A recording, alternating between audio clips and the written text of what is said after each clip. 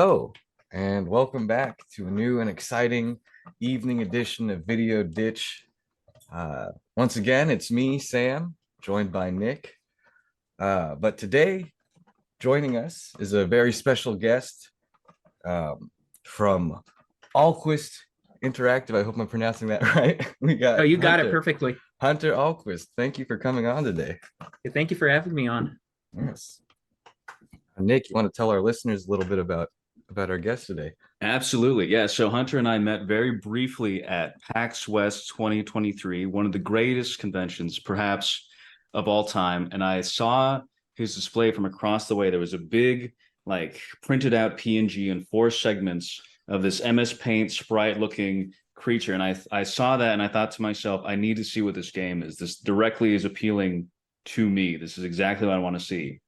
So I went over and I played it. I found it to be something. One of the things I mentioned before that made me realize that I actually do like video games. I just wasn't looking for things I actually liked. So I asked Hunter if he would be willing to come on the show and talk a little bit about the game, maybe some games that he was into, some genres he's into, kind of what makes him tick, what's inspiring, and what created the genesis of this creation, that kind of thing. And here he is. I can't believe he actually said yes, to be honest. I didn't have a business card or anything. Yeah. Yeah, well, I haven't been getting too many interviews since PAX, so I had the time, and I just wanted to join up and talk about my game. Wonderful. Perfect. Wonderful.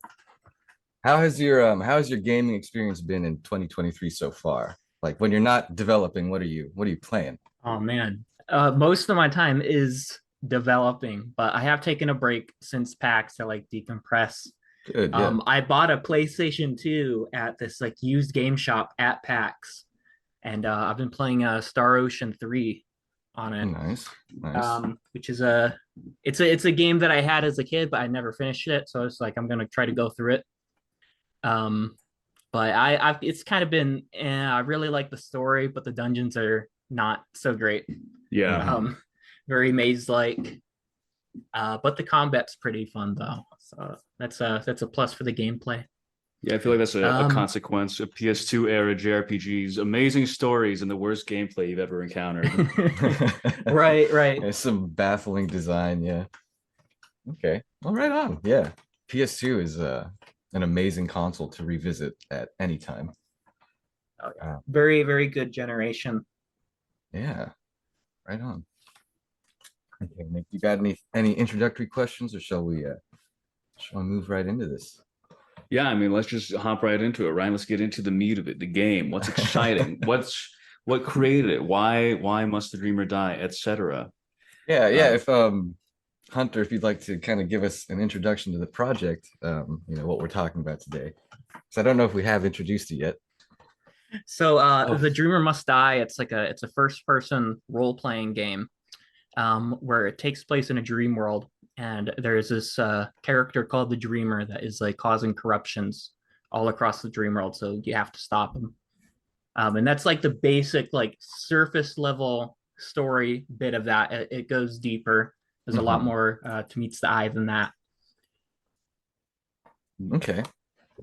when I first played the game at PAX, my first thoughts were this reminds me very strongly of kind of like LSD Dream Simulator in the sort of feel, the nasty geometry and the tentacle gun, everything like that, combined with Deus Ex, like an immersive sim type of game. Does that sound like anything that prompted you to create this, or am I just kind of seeing what I want to see with that? Well, the game was originally supposed to be like a Yumi Nikki slash LSD Dream Emulator fan Hmm. game, Okay. Mhm. but as I got better with programming, I added more and more like complex RPG mechanics, and now it's more RPG like, similar to like maybe like Kingdom Hearts 2 in terms of like how the RPG mechanics work.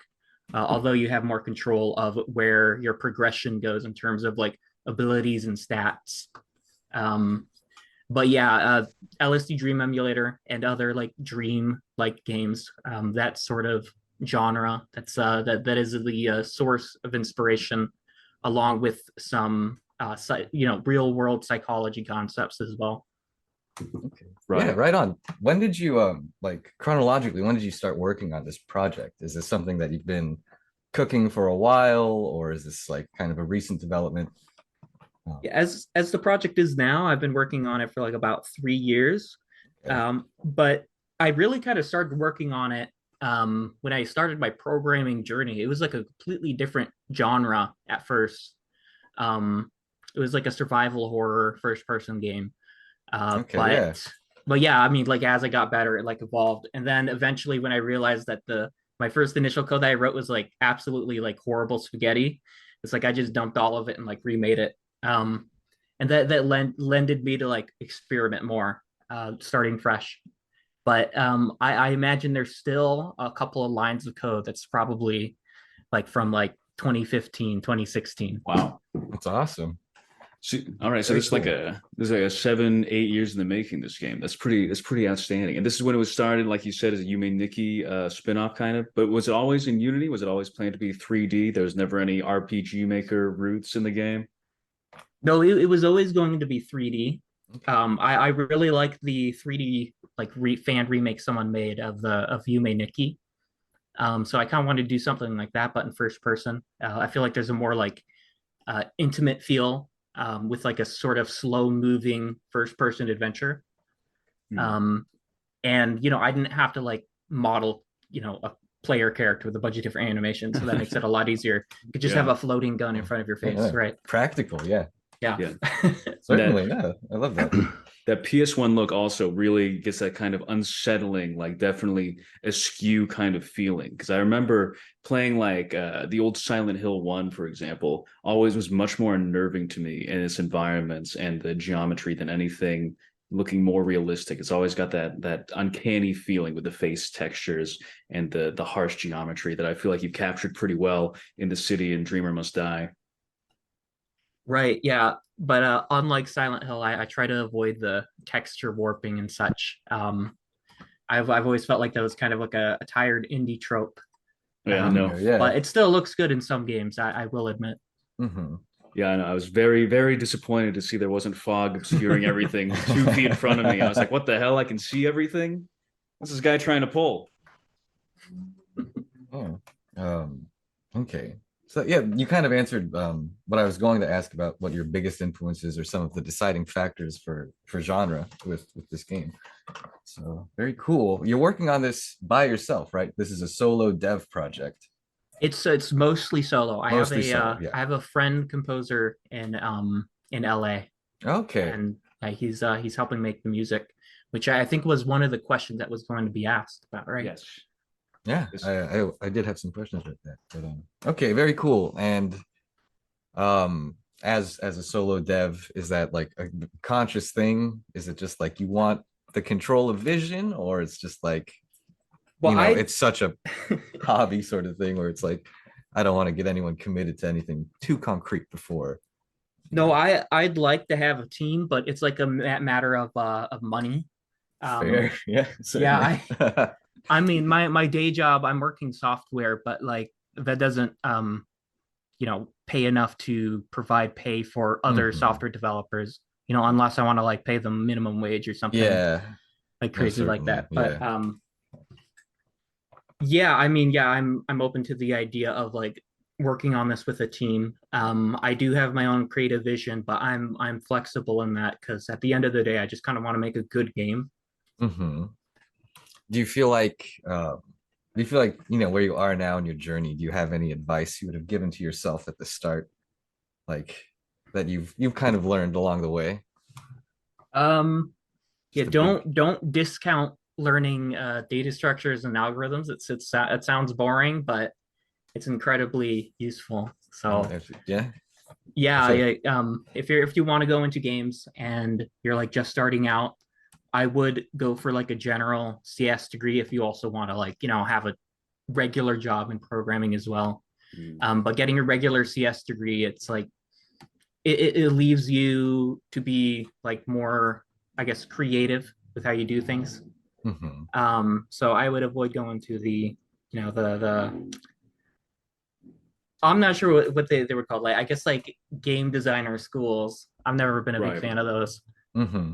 Like, Okay, yeah, right on. pay us $10,000 and you can make the next BioShock. You will be the Yeah. next American McGee, like that kind of thing. Mhm. No, I can guarantee almost all of the people who attend those schools are like either like people who got like tricked into it or like, children of rich families who already have Mhm. connections in the industry, Mm, Yeah. you You, know. you see the ad already in the having Game it. Informer, and you're like, hey, that looks cool. Yeah. Yeah, It's exactly. tangentially related, but I remember seeing this like really old like commercial in like the early 2000s where it's like play test video games as your job. And Mm. if you have ever seen those, Hmm.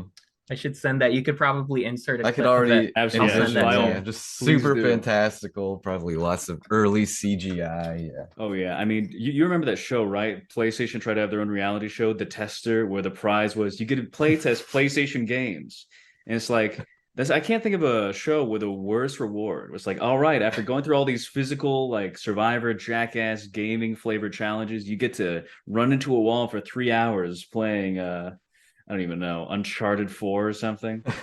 Yeah, they always make it sound like it's like, super fun. You just get to play video games as your job, but no, you're like doing the same things over and over again, creating I'm these like sure. extensive reproduce bug lists, like literally just trying everything. Like you're gonna be like bored 90% of the job Yes. because like you're doing exactly what you just said, just like running into a wall. Yeah, literally. Gamers hell, some would call it. Yeah, gamers hell.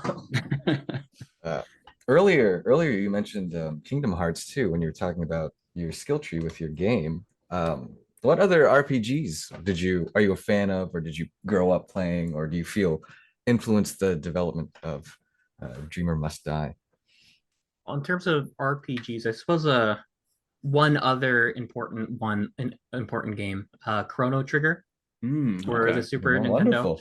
Yeah. I played that as a kid, actually on a Mac with like a bunch of ROMs on it.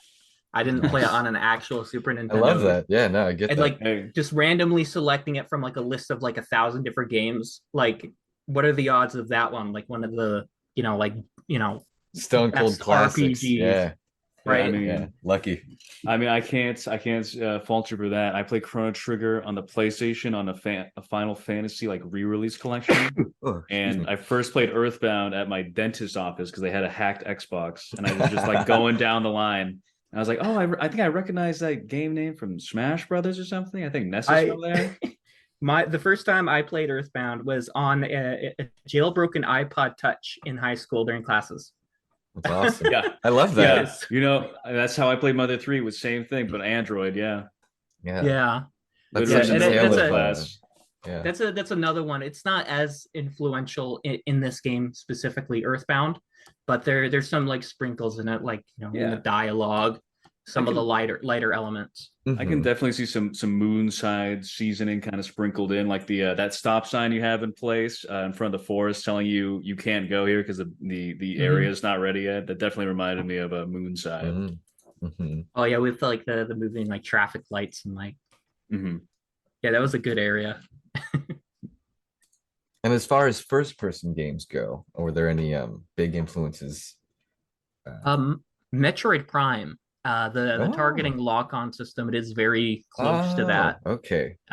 Although you don't have to hold down the lock button to stay locked on. Yes, I thank you for actually I that. believe that was an option to toggle in the settings in Metroid Prime, but just to be completely fair. Yeah, Yeah, the nice, lock on nice. and the enemy select. Actually, that kind of reminded me of the PlayStation 2 Final Fantasies. The way that you select the different enemies, the menu itself kind of remind me of You're 10 in kind of popping particular. up. Just the I did UI. like Oh it. yeah. Yeah, Yes, you stop time to select a different enemy. Yeah, that's exactly. it changes up the flow a lot too because you can, if something's like running at you from behind but your target locked into something in front of you, you can switch the target, and like take care of the bigger threat at the moment. That was my Exactly. thought with that. Well, I think it worked out exactly how you were thinking. Regarding the game itself, so I played through the tutorial and I played through the big city to completion. With the tutorial, really quick, I wanted to know if you had a lot of playtesters. Did anyone get stuck when they finished cleaning all the sculptures and think, well, I guess that's all there is to it. This random little puzzle with the four triangles can't see anything to do with that. So I'm all done. Great tutorial. Or did everyone kind of figure out that there was a way to proceed with the giant buttons on the side of the wall there. Because I was wondering ever since playing like, BioShock Infinite around that time. You remember I feel like that's when puzzles and games became super, super easy, like the Infinite Skyrim kind of era. Mhm. That's when you needed to give the players like 1,000 reminders every 5 seconds, like, don't remember, press the red button to open the red door, like that kind of thing. So, in your experience, have you had any issues with playtesters not understanding how to progress, or did everyone kind of just instinctually know what to do? In well, there were two versions of the tutorial. I did major changes, staying up till like 3 a.m. on like the first day. After I realized a lot of people would get stuck Hmm. on this pretty complex puzzle that was in there. I'm not sure which one you played, but it I played involved like, the did you have to like open lockers to see the sticky notes? Yeah, that's the one I did. Yeah.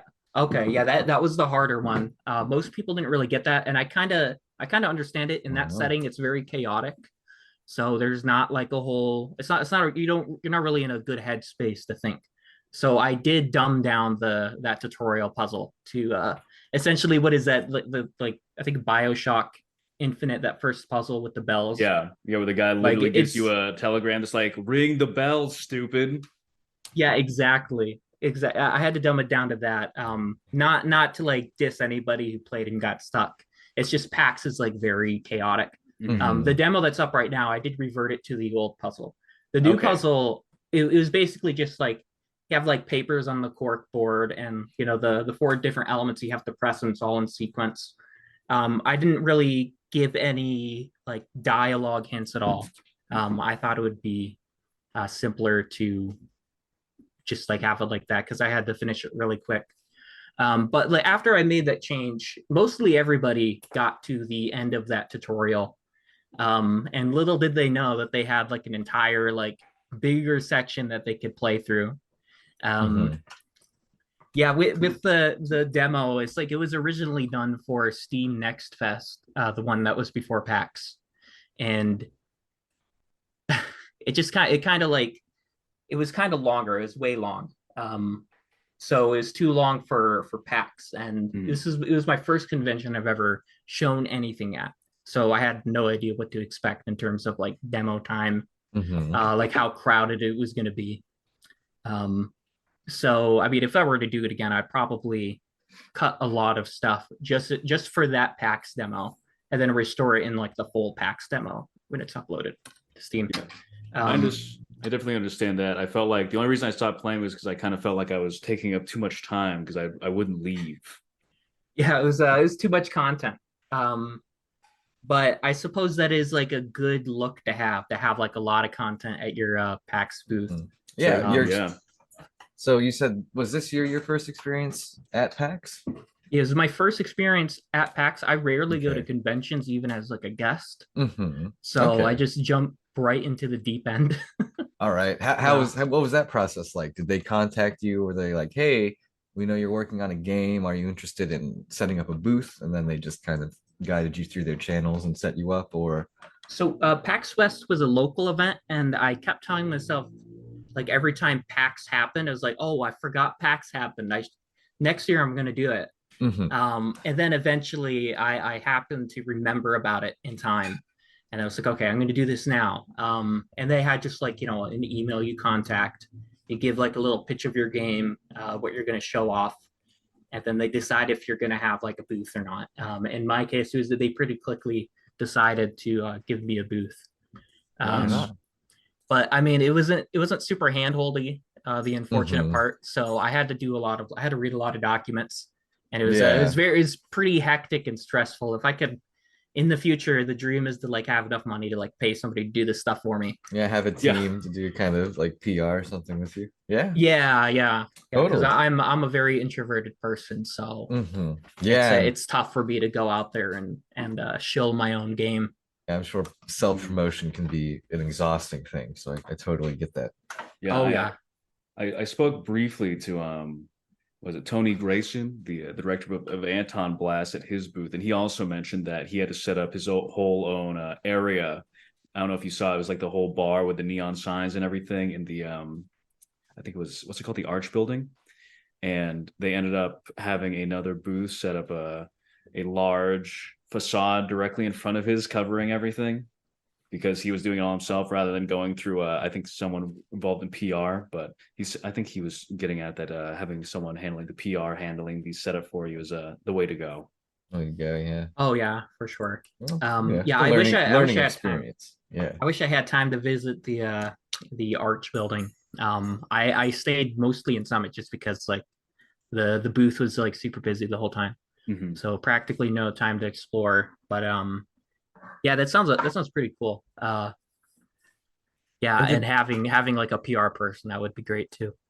Did they provide the hardware for you to showcase your game, or did you have to bring like computers, monitors? They had a package to have them set that up for you, but being like, just like Yeah. a single income funding the game, just like seed money. I brought my own stuff. Okay. Yeah, so I think everything but the table and chairs was mine. I see. Okay. Yeah, Okay. yeah, we were running on 2 Steam Decks. So if you're wondering if the game's going to be Steam Deck compatible, then yeah, it's going to be compatible. I mean, oh, no worry. That's exactly what I played that demo on. Yeah. Yeah, maybe next year, a couple of pins perhaps, raise the income. I think that cat face in particular, people will be into that one. If you wanted to start shelling those out for $15, I could see a lot of people definitely grabbing those.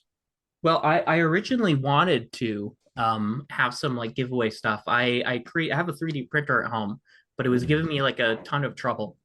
I had these keychain characters of the cog guys, the gears. See if I can find a picture of it and send it to you guys. Yeah, and you can just put that up on screen and show people when I send it over. Yeah. But yeah, I wanted to do something, but was running short on time, and my 3D printer was giving me trouble. So I just kind of scrapped that because I had more important things to take care of. Right.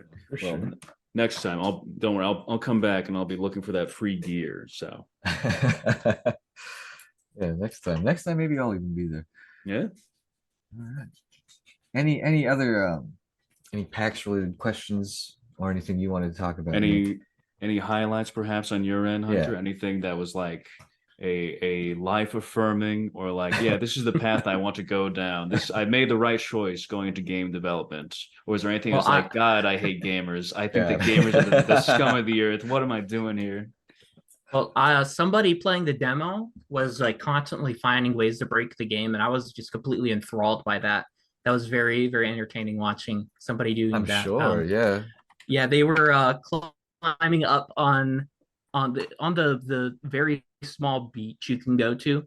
There is this light post, and you can climb up it due to an oversight with how like slipping off platforms works. And they jumped over that like tall fence and like started exploring out of bounds. They even saw like an unfinished cut area, which that was kind of neat. That is cool. Yes, Speedrunner came to the booth. Yeah. Yeah. Nice. The instincts took over. Yeah. Very cool. Well, yeah, no, the main point of that is just like player feedback. Got a whole ton of that, and that's like that was kind of unexpected. I was mostly expecting like just like bunch of wish lists to come in for the game, but I never realized that I would get a ton of player feedback, and it was pretty good. Yeah, what do you think the most constructive piece of feedback you received was? It was being a little lighter on the puzzles, not to the point where I made it for the demo, but the puzzle that was there initially probably would be more mid-game than like the first puzzle you do. When Nick was streaming the demo, I did notice with the heads-up display, it's pretty minimalist. I'm assuming that's by design, right? Yeah, I want you to have like immersion into the game. Right. You don't want to bog them down in like a mini map or like guiding them explicitly. Is kind of the impression I was getting. But so the UI only appears when it needs to, when you are like recharging energy or you get hit or there's a status effect on you. Or if you pull up the command menu, that's a pretty important mechanic too. But when it's not needed, it should just fade away so you can focus on what's in front of you. All right. Yeah. I honestly forgot there was a UI until I got the 6-shooter because I was constantly filling up the bullets. I just can't resist. Oh yeah, and the weaponry as well. I remember kind of being surprised by the conventional weaponry alongside the very kind of sci-fi looking I'm not really sure how to describe the initial handgun you Yeah, had. it kind of reminded me of have you seen the movie Scanners, the James Woods, David Cronenberg movie? No, I haven't. Oh, well, it's kind of Of course similar. you are. His hand is like turns into this grotesque, fleshy gun, essentially. And I was wondering if there was any inspiration there in the I'll have to was it watch that. the G Um, Impact, right? Is that what the gun's called? yeah, And the scanners? Impulse G. Oh, G Impulse G. Yeah, It's actually stupid. based off a neuron, um, Okay, a neuron in the brain, so like a neuron yeah. cell. Yeah, right. no. The whole dream. Yeah, it makes sense. Yeah, Very cool. there we go. Um Yeah, with kind of the visual direction, I suppose you could say, and kind of like surrealist angle. Or do you consider like, what you're going for leaning towards surrealism, or is that, not the descriptor you would use? Um, it's kind of a balance because I want to have like a cohesive RPG story. mhm. But I also want to like have it be like a believable dream world where things happen, right? Where weird, strange, surreal things happen. Mhm. So it's definitely kind of a balance, and Right.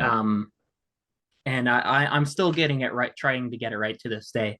But yeah, it's in progress for like how much surrealness and how much like Mhm. concrete story Yeah, to I have. assume I imagine it's trying to just, yeah, find that like where you lean far Mhm. enough into like the wackiness without it being too Mhm. much, you know. Very And cool. on the subject of surrealness, were you for the overall aesthetic and the feeling of the game, in terms of horror, are you going for more of a kind of unintentional, just kind of permeating through the dream world, kind of like how Yumi Nikki has a very unsettling areas that just kind of exist there, but it's not trying to jump out, jump scare you. There's no animatronic screaming in your face or anything. Or are you going for more of that kind of idyllic, like just kind of drifting through LSD kind of dream world, which is also, I feel, rather unsettling, but in a different way, more of a like an Yeah. empty, desolate kind of feeling, if that makes sense. Yeah, what I'm going for is a general atmosphere of like ominous feelings, Hmm. right? So like something's not quite right in the world, but at the same time have like a surface of light dark comedy, that sort of thing. So like a lot of the NPCs in the city you talk to aren't really aren't really creepy at all. They say a lot of like funny or interesting things. Yes. Um, but yeah, I'm trying. I'm trying to go for like a balance of that. Okay. Yeah. So no, no, don't expect any jump scares. Don't expect any guys with chainsaws chasing the final game. There is one area that is based off the emotion of fear and anxiety. So that's Good. where all that's going to be. Okay. Good. Um, Good. but it is from a branching path, so you can go around it if you'd like. No, I'm definitely going to go to Yeah. that. I Yeah. love it in games that aren't strictly horror games when they have a segment that's just abnormally very pulse pounding, very adrenaline Yeah. rising. Like Captures that. yeah, like the Ghost House and Vampire the Masquerade is like a perfect example of Mhm. a horror area where it doesn't belong or in a genre that doesn't belong. So I'm very interested to see what you have with your fear and anxiety zone. I Yeah. really want to feel like I'm going to die when I'm playing the game.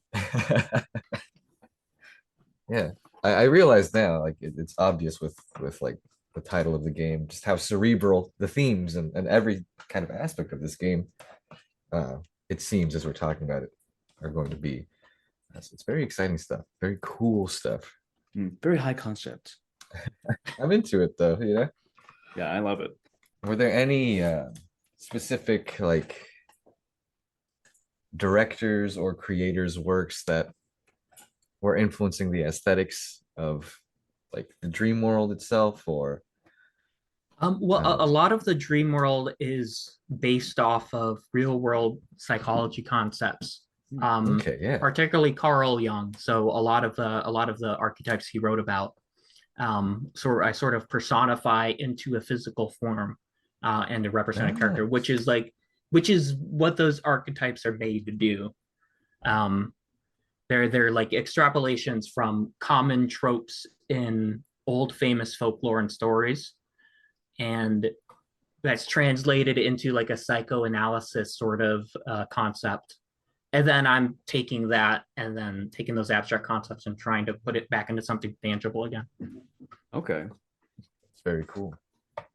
That does, yeah, I can see that definitely, especially with the shades lift kind of going around the cogs, direct manifestations of the machinations in the back of someone's mind or the worker drones. Are you going for the, so I'm assuming with Carl Jung, you're going for the whole like kind of metaphysical, all minds are connected. So all these different creatures going around aren't necessarily projections of the player's mind, but the minds of the world around them. Or was that it is? There's Okay. there's a there's a multiplayer feature, so very asynchronous like Dark Souls. No like co-op or PvP or anything like that. But I literally call it the collective unconscious. So that's where it lends into there. As for the city characters, it's a I guess a bit spoilery for people who like to analyze, but they represent like the like cognitive functioning and executive functioning. So you have the executives who represent the executive functioning in your mind, the ability to do when you're not told to do, and the cognitive functioning to do when you're told to do. And the shells lean into that as well. Nice. Okay. Question break.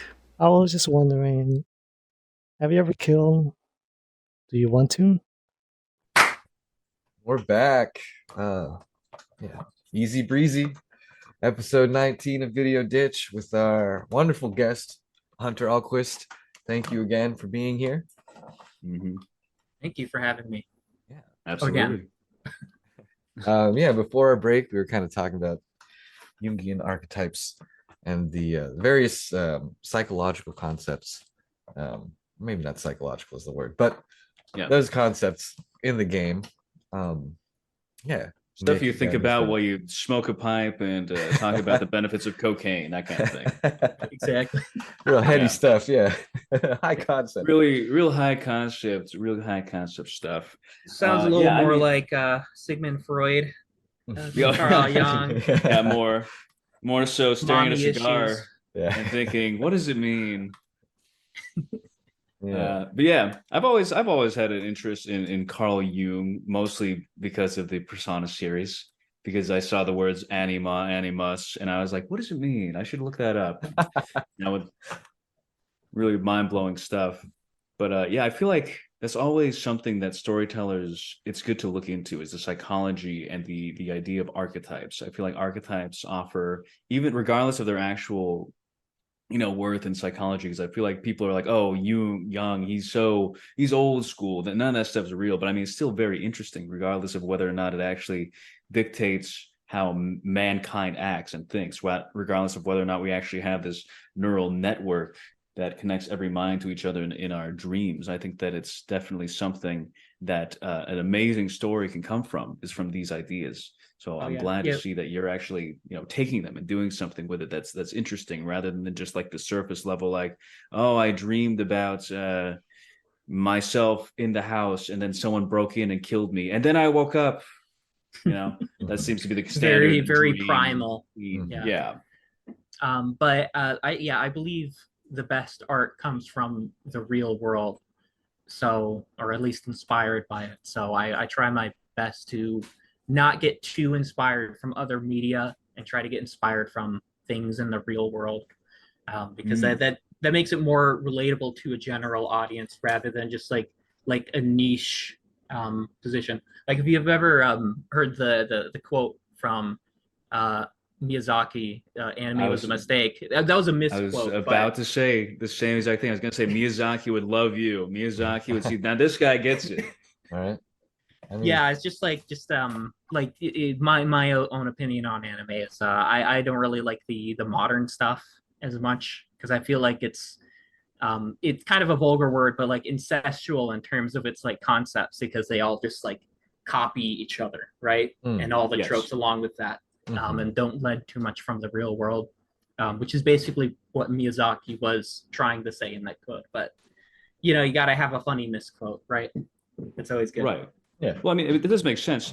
People who make games that only ever play other games and don't leave their house, don't even watch TV, don't read books, don't associate with other people, they're going to have a very limited scope of what they can actually make or what actually should be made, because that's the only world that they understand. They'll never be able to really write a story that resounds with people because they don't have any experience. They have nothing to look at where people would say, this is something of interest. This is a story with humanity. This is a story that I can relate to, but it's just something that interests me. So it is, I think, very important to understand that a final project is the result of all the things in that person's life and that team's life coming together and creating it. It's not just like, oh, well, I really liked playing Yume Nikki, so I made 3D Yume Nikki. It doesn't work like that. It's not a simple like conversion.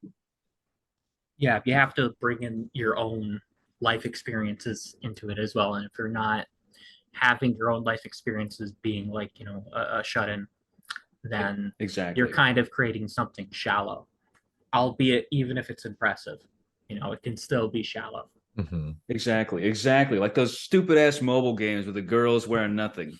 That's exactly that is the polar Gacha opposite of the games. dreamer Oh, must man. die is those gacha games. Exactly. It was very limited in scope what they're trying to convey there. Yes. Yeah, comparatively. All right. With your game, Hunter, what can players expect, like the way that the story is going to progress? Like, you're playing as this character, the dreamer, right? Oh, that's Um, the antagonist. that's the antagonist. Sorry. Your Ooh, your faux your pas. player character isn't Excuse really me. named, right? Per Okay, se. right on. Is that something that's going to be left ambiguous? It's not really something I got an impression of with the demo, but I'm sure in the full game, when you Yeah, start. it does kind of have like a postmodern structure in terms of its like realization of what's actually going on.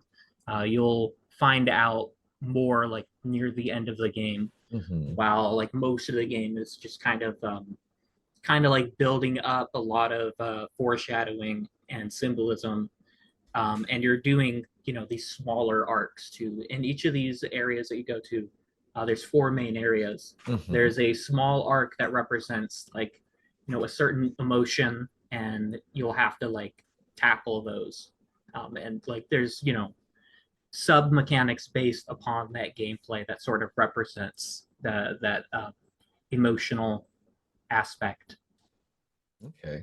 And during gameplay, right? I think I remember seeing like the character had a bedroom, right? So you'll be returning to and from dreaming into reality at times, or is that Yeah, not a mechanic? the demo doesn't really show the mechanics of that very much. The very first thing is that you can save. That's where you saved your game. You wake up, Okay. you go to your computer, and you write in your Mm. dream journal, right? And Okay. then that's the saving your game. functionality. Yeah. But I am planning to have like other mechanics like the room changing over time depending on Yeah. mood and the stuff that you do in Yes. the story. Be Um, very, very interested in that. Did you guys ever play Silent Hill 4? Like, the Yes, room, that's actually yeah, exactly what I like was thinking. that's the vibe I was getting. It's Yeah, small unsettling, confined place. right? Like it should be comforting, but there's this weird quality to it that is just vaguely yeah. unsettling. That's a good way to describe it too. Mhm. Very cool. All Yeah, right. I think also like you were mentioning with the older anime, is the computer being your only kind of line to the outside world intentional, a kind of a serial experiment lane little piece of influence? Yeah, your character is a shut-in, so Okay. you can't leave your room, or you don't leave your room. If you tried to leave the room in the demo, it'll say, "I don't feel like it," and then the only thing you Yes. can do is like use the computer or go back to bed. Uh-huh. But the computer, I plan to have like several different mechanics, like the dream journal, bestiary, an email client where you talk with like friends or your relatives, but only in like a one-way sort of direction. It's easier to design and write for me, Yes. but it represents sort of like the the shut-in attitude that the character has as default. Yeah, I feel like that kind of thing, it strongly reminds me of, I know I keep bringing up other games. I don't know if you played or not, but did you ever play the original Dot Hack series? I've heard of it. I've never played it though. Okay, well, in the game, they kind of completely glossed over that you're an actual person, basically sitting in your room playing this MMO all day. They just don't acknowledge that at all. But it's kind of interesting how it's essentially the same. You have no contact with people outside of the world of the game, and when you exit the game, you're just stuck in your computer home screen. Your only interaction is maybe responding to emails, and that's how you really get into the meat of these characters. So I'm definitely excited to see what exactly the emails do and the storytelling you're able to achieve with that. I remember another game by Suda51, The Silver Case, did something very similar with the placebo chapters, where the main character, pretty much all of his interpersonal interactions were also through email because he too is a bit of a shut-in. So I think that it's a nice way to give people who don't really have a lot of socializing capabilities a way to give them a voice that they normally don't have in interpersonal reactions with the speakings, if that makes sense. Yeah, and totally. I'll have to. That's a good recommendation. Dot hack. I should check that out. Yeah, I mean the gameplay is horrible, but it's interesting. Oh, Yeah, classic. well, Just it's like like we were saying with Star Ocean earlier. it's Yeah. it's supposed to be like an MMO, but it's single player, right? With like Yes, AI yes. characters. Okay, that makes sense why it doesn't play so great. Yeah, The whole premise is not like this is super the engaging. greatest MMO ever made. People play this for days on end, and then you actually play it, and it's like single player shitty EverQuest clone, Yeah. dungeon crawler kind of thing. Not very fun, but interesting. It seems like it's a lot of PlayStation JRPGs that are like that. Oh, PS2 totally. specifically, but Definitely that era. High I mean concept, low fun. Kingdom Hearts, that's the exception there. I feel like that one is pretty good. Although I do have my rose tinted glasses on whenever I talk about that. Oh no, you're correct. Kingdom Oh yeah, Hearts is Kingdom Hearts is like or one of Kingdom the Hearts. greatest games ever Excuse me. created. We're Kingdom Hearts lovers here, outside Mhm. of 3, for me at least. Okay. Three was hard to love, I will say. In fact, I didn't love it. Yeah. Any Yeah, thoughts on I- Kingdom That's- Hearts 3? I didn't really like it too much either. I really miss the grounded feel your character has because Mhm. you're just like slashing in the air endlessly with combos. You are just and floating and it's transforming. unkillable. Yeah, it feels like a different kind of game. It doesn't Yeah. feel like Kingdom Hearts. Yeah, drastically different from 2, or even Birth by Sleep. But Right, and I feel like they were having like a power scaling issue because like at the end of every Kingdom Hearts game, Kingdom Hearts 1, you're pretty powerful. Kingdom Hearts Yeah. 2, you're Mhm. practically a god. So anime at the You end of know. Kingdom Hearts 2. I love it. Yeah. Right, yeah, and it was fantastic, but like when you get to like a certain level of like power for your character, like where do you go from there? You Mhm. can You hit only the like ceiling. reset your character so many times. Yeah. And if you've Exactly. ever seen the Kingdom Hearts 4 trailer, I have a feeling that's what they were doing with the he goes into a different reality and now he has nothing, and Now he it has makes nothing. sense Yeah, narrative he wise. works at McDonald's or something. It Right? looks like a regular person. Yeah. Yeah, he works. Sort He of like works at misses the Starbucks train. and Yeah, the fucking like toast in his mouth. Yeah. He gets Yeah. hit by a bus. he runs past Ray Ayanami or something. Yeah, He's like, exactly. yeah. Right on. With going back to your game and kind of regards to aesthetics, with the visuals, would you classify them as retro inspired by like necessity, or is it like more of a conscious choice where it's like Um, I wanted to get that response, with the graphics? it's a bit of both because I I like the whole. If you've ever seen Quake RTX before, Mm-hmm. it's like this really detailed lighting, and then all the textures are crunchy and pixelated.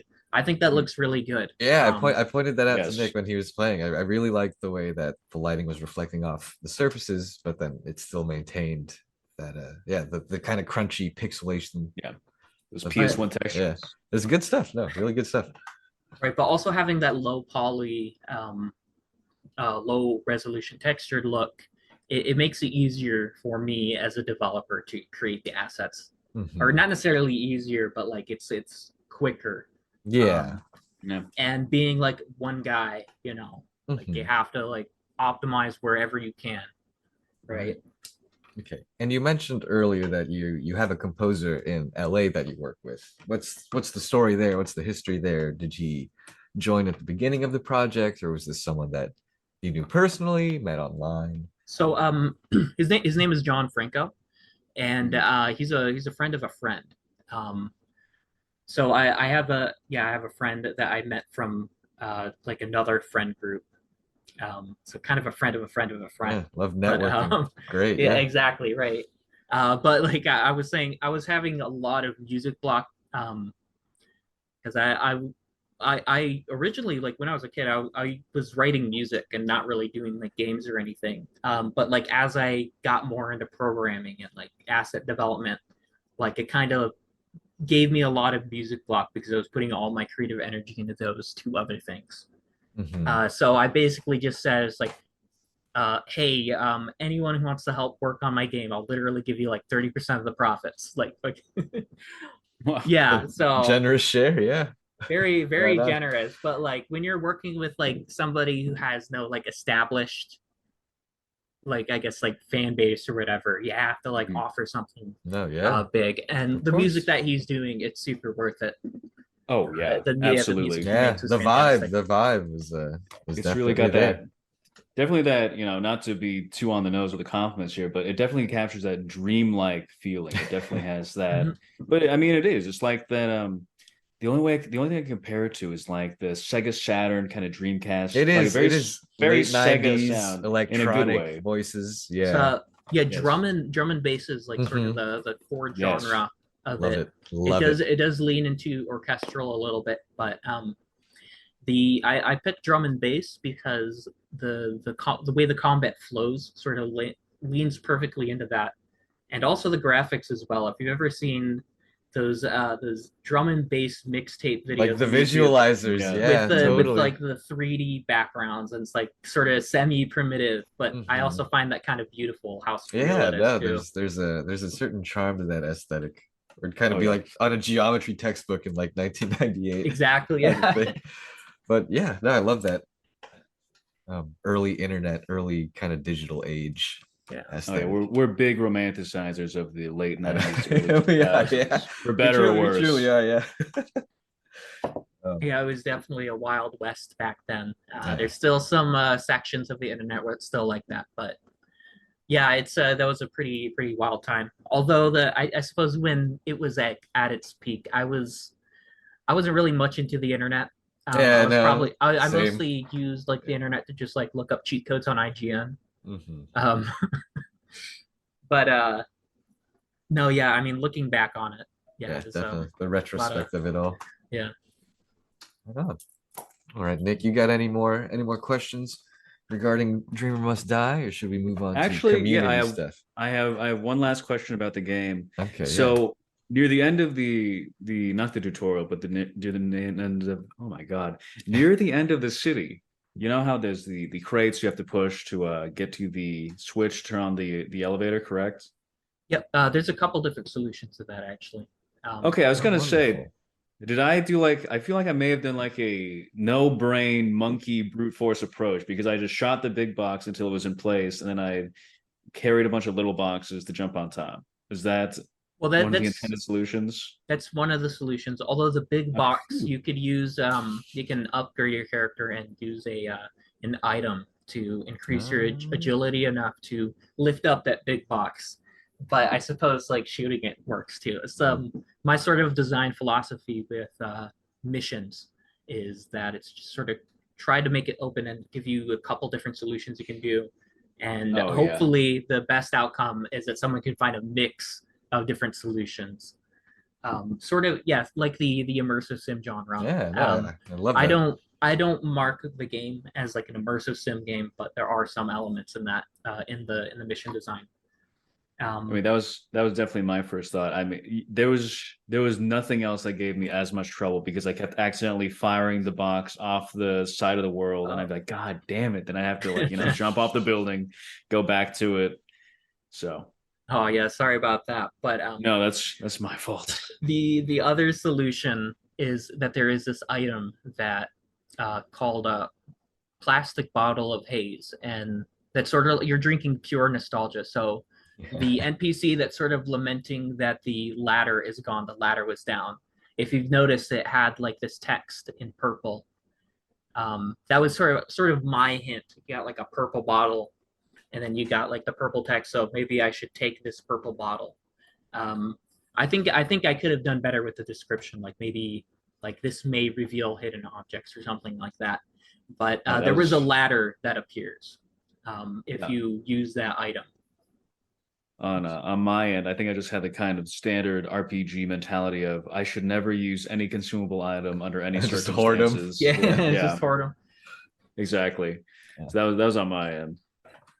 Yeah, keep all the mega elixirs till the end of the game. Exactly. Until after the final boss, in case there's a super boss. Yeah, right. Well, I think that's wonderful. You know, I love open-ended mission design. I think more games really should adopt that as a general philosophy. And yeah, the dreamer must die. Any closing thoughts from both of you before we move on to the questions for the community? I'm sure we'll plug it again at the end, but right now, I'm looking forward to seeing what you end up cooking up. I'm looking forward to playing it when it finally gets released. Looking forward to seeing people play it. Well, you got one at least. It's been a joy to watch. Shall we move on into our questions as we kind of close out? Question break. I was wondering, for the developers of game, what's your favorite Taco Bell menu item? Mine's the Crunch Wrap Burrito Supreme.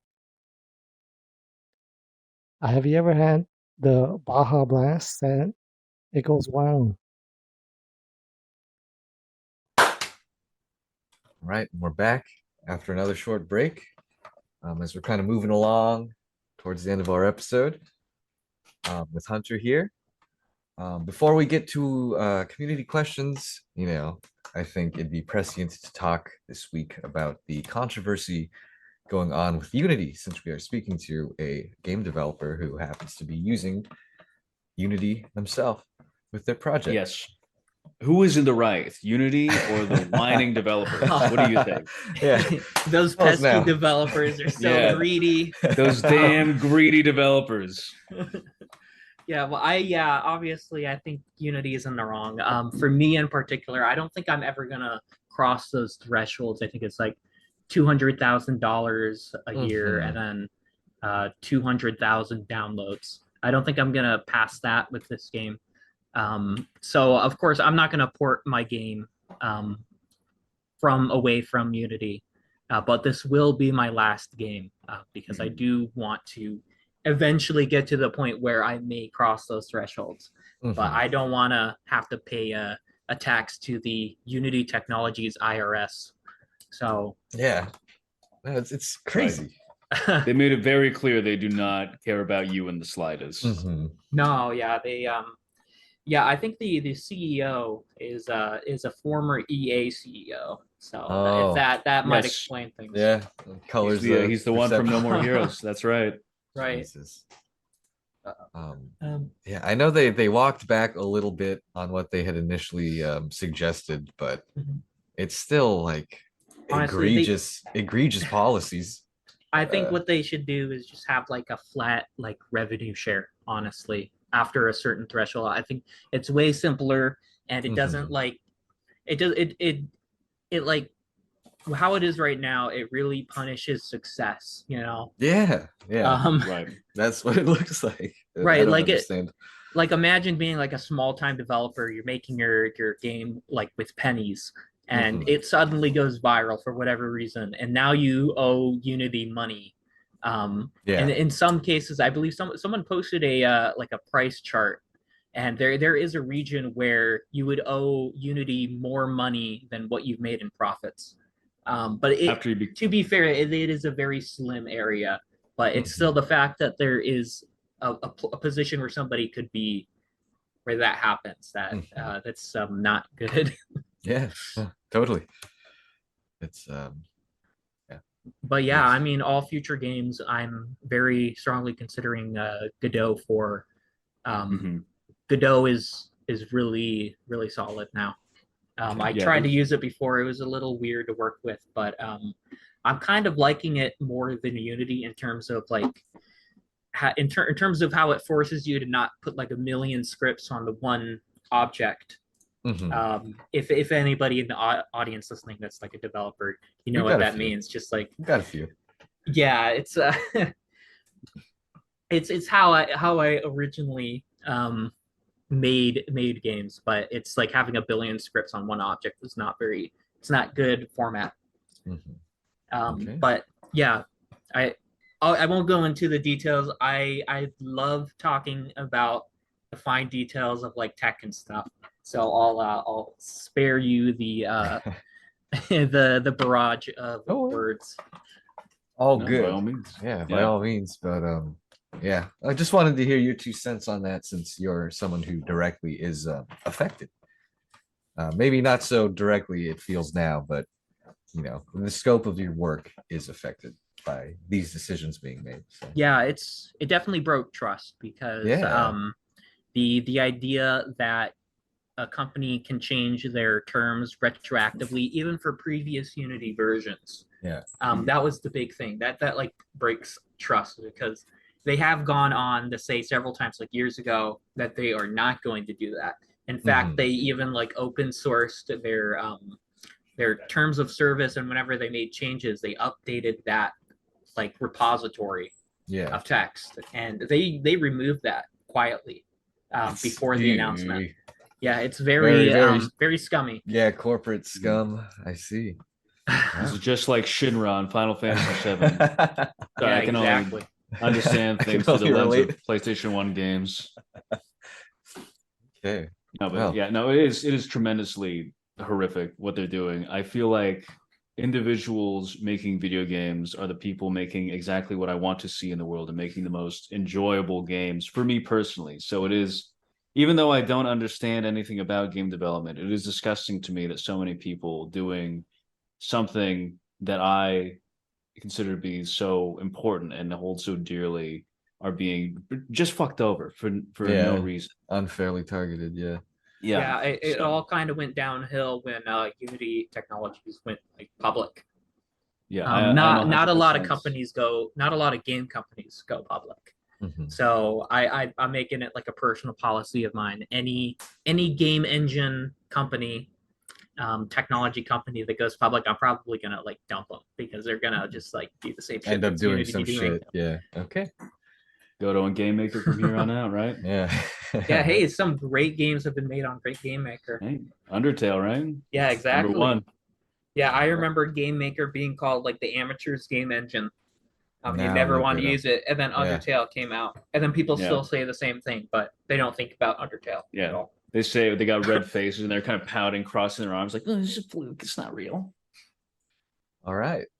Um, yeah, we can spend the last few minutes taking these questions from our community before we close out Yeah, today's show. yeah. Uh, first one, our first one's from Goon. He says, "What was your inspiration for the game?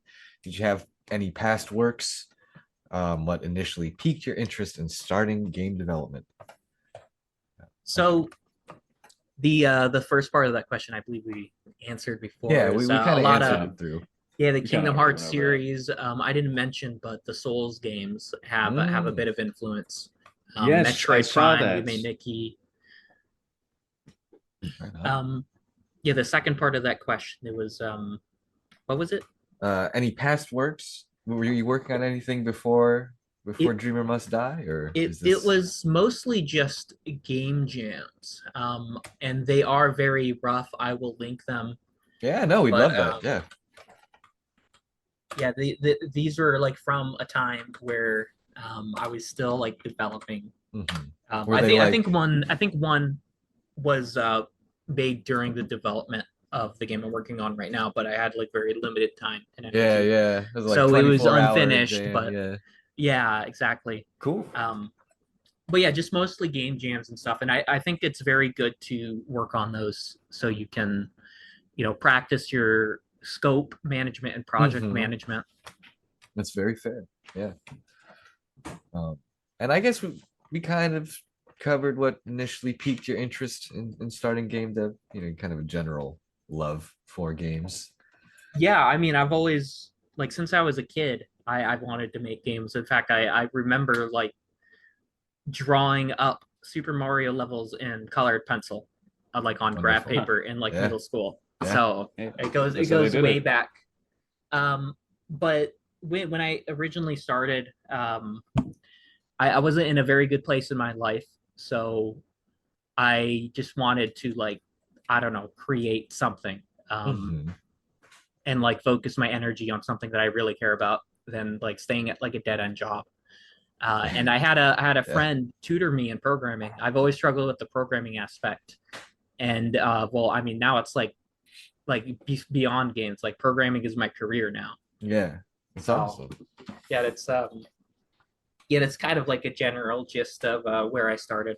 Art, very cool. So it would be no small statement to say that gaming changed your life. Yeah, it changed my life, my friend's life, everyone's life. Very good. The For games the better, are of course. basically the most important thing on planet Earth. I mean, Yeah, it's fine. Someone says it. At this Someone point, Finally. they might be. Someone's got the stones to say Yeah. what we're all thinking. Finally, I can justify being angry at people online. Exactly. Time to Yeah. fire up ranked. Anyways, Coming up next from Lenland, he kind of asked the same questions as Goon. But, almost the same exact question. his last question is any games you're looking forward to playing this year? And I can kind of This year. piggyback on that. Yeah, I mean I haven't had too much time to play games. And I haven't been playing very many modern games. I guess I am looking forward to the Elden Ring DLC and the Cyberpunk DLC. Yeah, right I on. know Cyberpunk 2077 it's very controversial, but honestly, I kind of liked it even on day one. I'm a PC lover. guy. I'm a so- lover of Cyberpunk. I beat that game no on opinion, a base one way or the PS4, other. so I can say that I fucking love that Yeah, game. Yeah. Beyond all the glitches, the story kept me going. So it's a very good story. So Yeah. and their overhaul that they're planning too, the free overhaul. Yeah, I'm very excited about update that. 2.0 looks crazy. With regards to kind of contemporary game releases, do you pay a lot of attention to the AAA space, or are you mostly indie gaming as an indie developer? Mostly indie games, and I didn't mention yeah. from the last question, but I'm very excited for more content from the game Lunacid. Have you ever heard of that? It's I have not. Have you heard of Lost in Vivo? I have. Lost in Vivo, yeah. Yeah, that's the same creator. Okay. They created this like fantastic like Kingsfield / Dark Souls feeling world, and it's a lot of fun going through it. It's a slower sort of like intimate dungeon crawler type game. Sounds I'd recommend absolutely horrifying. I definitely want to look at it. Yeah. There's a lot of scary bits, but it is very fantasy oriented too. But yeah, that's Kira is a major inspiration for me as a game developer. They're fantastic. Okay. Nick, do you want to take any of the other questions? I'll let you choose which ones we take. Yes. Since we're running low on time. We'll speed run these last actual questions, and we'll ignore these shitty questions. You know who you are, who posted the shitty ones. Bingy, my beloved fiance, asked, "What's your favorite girl game?" Which I assume means a game where you either play as a girl or a game originally intended for girls, which would be like Harvest Moon. I would assume. I'd say hey. Bloodborne. There you go. You can be a Bloodborne, girl. Yeah, that's a good one. A lot of right. blood. The moon is very prominent, so actually, you're onto something. Yeah. Early Renako. access. Oh, go ahead. Yeah, Renako asks, "What was your first game system?" The first one I remember is GameCube, but I do Oh. remember my parents telling me that I have played like Super Nintendo as well. Okay. And then As a kid, as soon as I started gaining cognitive functioning, I remember playing GameCube a lot. yeah, I get Right. the feeling that you are a Nintendo fan from our conversation. Yeah, And- I do like Nintendo, but most of my life has been playing Sony consoles. There you go. And But alternatively, I don't do the console wars stuff though. oh, good, good. Yeah, Yeah, fuck, every fuck that. console. Yeah. Yeah, I do Whatever's remember got also good having games. an original Xbox with Morrowind on it. That's always fun. Huh. That is a classic. Yeah. Yeah. Last normal question. Then we have some video questions sent in if you want to answer those. If we Early have time. access is a free demo, says Kim Jong Skill. What made you decide to be cool and not suck? Well, don't don't don't believe that yet, because I mean there still could be a plot twist. I'm not that cool. Pulls off shirt to reveal Unity logo. Yeah, I'm actually a big Unity supporter. Yeah. I hate those greedy developers. All right. And then let me see. I should be able to share this real quick. So one of the members of the server, community member DDD Pizzaron, sent in these great questions. Let me know if you can see that. Is that coming out for you? They recorded these in VR chat and they want to know what you think. Oh man. In the final So- seconds of today's episode. Gonna fire it up. I was wondering, did you do LSD for this game? Oh, okay. All right. So you don't have to Classic, answer that. classic Donald. We tried, bud.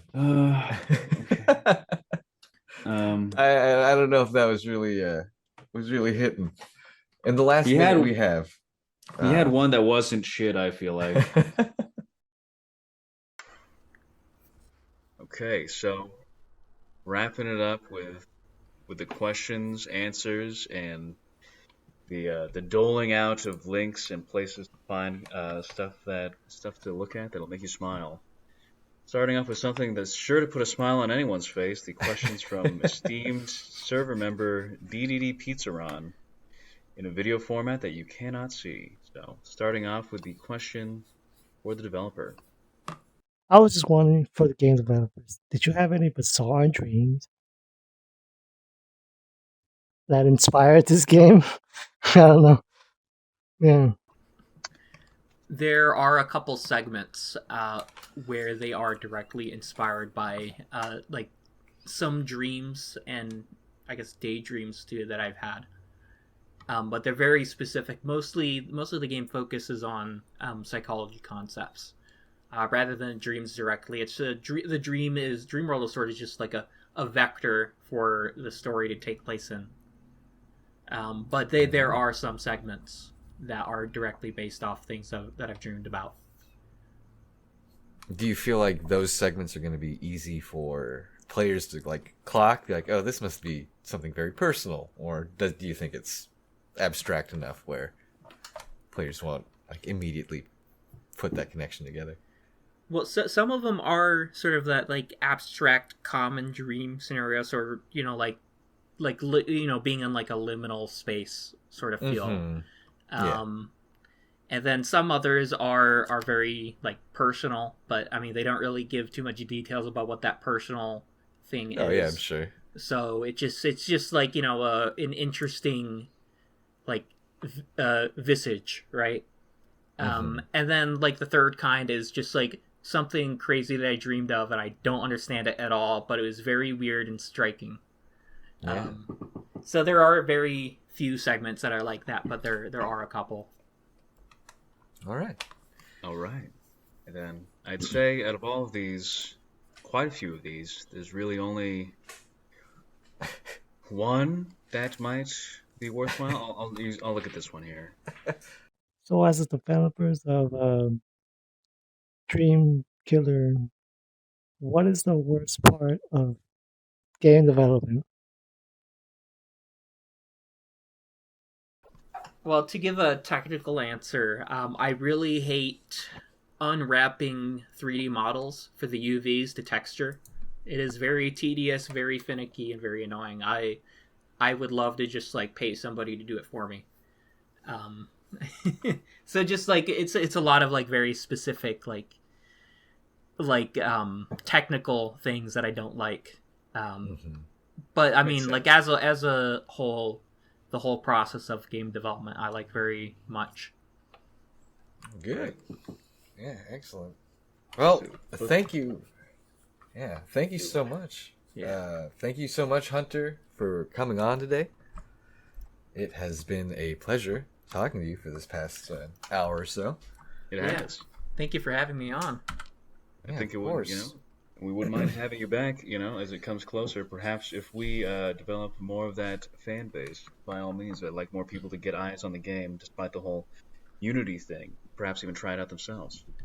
Yeah, and I'd like to maybe hopefully get some more eyes on your community, because I do like the vibe that's going on in here. I see somebody's a appreciate Vine it. Sauce fan. That's pretty cool. Yeah, but absolutely. Come in. We play Gartic Phone quite regularly. Very exciting stuff. Yeah, when should listeners expect the game? Do you have a concrete release date or release window, or is this still something you're working on? Since I'm a solo developer, I am giving myself like the wide time frame of like early access in 2024. Right on, yeah. Yeah, Alright. and yeah, I believe I can get a first version. I plan to have the first area of the game, and like the introduction of the game, which I guess includes like a smaller mainish area that's like sort of like the hub in Dark Souls 2 kind of way. But just like one area per major update is what I'm thinking, and it's going to start in 2024. Right Very on. nice. We'll be there to check it out, or at least I will. Okay. I'll be there. And listeners can wishlist that on Steam right now, I believe. Yes. The Dreamer Must Die. You can also download the demo. So if you're listening, if any of this sounded interesting to you, please check it out. And is there anywhere our listeners or viewers can find you, Hunter? Yeah, where should they smash that Anyway. follow button? Where should they ring that bell? Let us know. Well, the hub for all my links is ahlquistinteractive.com. That is AHLQUIST. Don't forget the H. And that's all my social links, and Discord and Patreon, and just like emails. It just has like everything that you need for getting into contact. Excellent. Yeah. Excellent. All right. And then, where to find us. Everyone already knows that. It's going to be in the description. Just scroll down. Yeah, we'll Just plug scroll them as down. always. But Yeah. Oh, as always, one we've been last Video thing. Ditch. Oh, One last There you thing. go. Almost forgot. If the dreamer must die, yes. who must live? The dreamer has died. Long live the dreamer! But he actually left. He's gone.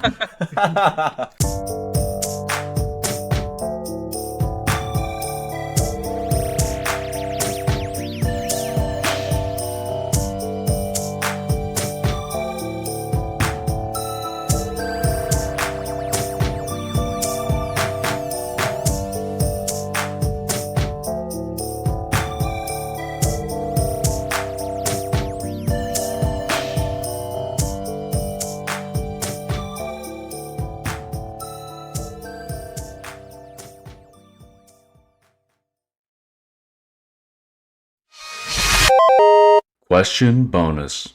You could kill Sam in a fist fight. No holds barred.